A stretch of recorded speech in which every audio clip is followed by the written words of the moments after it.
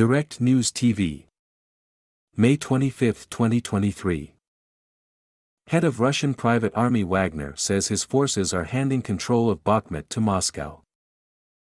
Kyiv, Ukraine. The head of the Russian private military contractor Wagner claimed Thursday that his forces have started pulling out of Bakhmut in eastern Ukraine and handing over control to the Russian military, days after he said Wagner troops had captured the ruined city.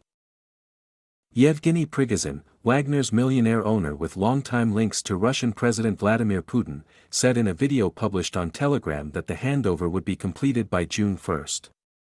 There was no immediate comment from the Russian Defense Ministry.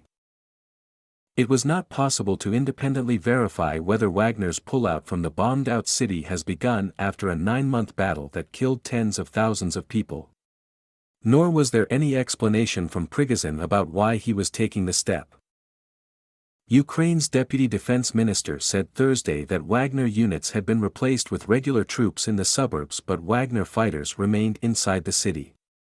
Ukrainian forces still have a foothold in the southwestern outskirts, Deputy Minister of Defense Hanna Maliar said. Prigozhin's Bakhmut triumph delivered a badly needed victory for Putin, whose invasion of Ukraine in February 2022 has lost momentum and now faces the possibility of a Ukrainian counteroffensive using advanced weapons supplied by Kyiv's Western allies. According to top Ukrainian presidential advisor Mikhailo Podolyak, that counteroffensive is already underway. He said Thursday that it should not be anticipated as a single event starting at a specific hour of a specific day. Writing on Twitter, Podolyak said that dozens of different actions to destroy Russian occupation forces had already been taking place yesterday, are taking place today and will continue tomorrow. Prigozhin has a long-running feud with the Russian military leadership, dating back to Wagner's creation in 2014. He has also built a reputation for inflammatory, and often unverifiable, headline-grabbing statements that he later backtracks on. During the 15-month war in Ukraine, he has repeatedly and publicly chastised Russia's military leadership, accusing them of incompetence and failure to properly provision his troops as they spearheaded the battle for Bakhmut. Wagner's involvement in the capture of Bakhmut has added to Prigozhin's standing, which he has used to set forth his personal views about the conduct of the war. Prigozhin is using the perception that Wagner is responsible for the capture of Bakhmut to advocate for a preposterous level of influence over the Russian war effort in Ukraine, the Institute for the Study of War, a Washington think tank, said. His frequent critical commentary about Russia's military performance is uncommon in Russia's tightly controlled political system, in which only Putin can usually air such criticism. His flat statement of what he would do over the next week in Bakhmut came a day after he again broke with the Kremlin line on Ukraine. He said its goal of demilitarizing the country had backfired, acknowledged Russian troops had killed civilians and agreed with Western estimates that he lost more than 20,000 men in the battle for Bakhmut. Meanwhile, Russia unleashed a barrage of Iranian-made Shahed-36 drones against Kyiv in its 12th nighttime air assault on the Ukrainian capital this month, but the city's air defenses shot down all of them, Ukrainian authorities said Thursday. The Kremlin's forces also launched 30 airstrikes and 39 attacks from multiple rocket launchers as well as artillery and mortar attacks across Ukraine, the Ukrainian military said. At least one civilian was killed and 13 others were wounded in Ukraine on Wednesday and overnight, the Ukrainian presidential office said Thursday.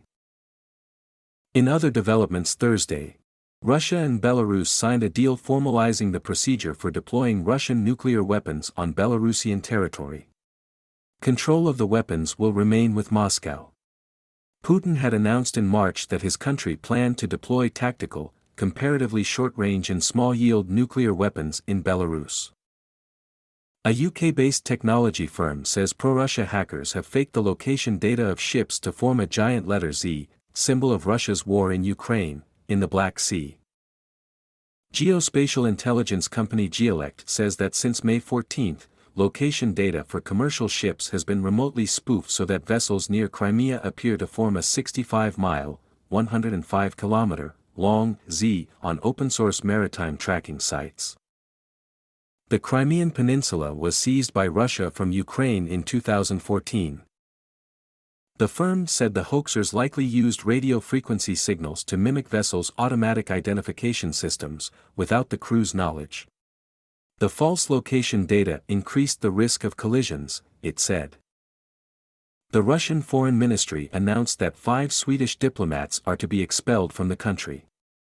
A statement said the decision is a response to Stockholm's openly hostile step to declare 5 employees of Russian foreign missions in Sweden persona non grata in April. Moscow additionally announced its decision to close its consulate in Göteborg in September, as well as its withdrawal of consent to the activities of the Swedish consulate in St. Petersburg. My name is Kingsley. Please like, share, subscribe and hit that notification bell so you can be the first to be notified whenever we post. You won't regret it.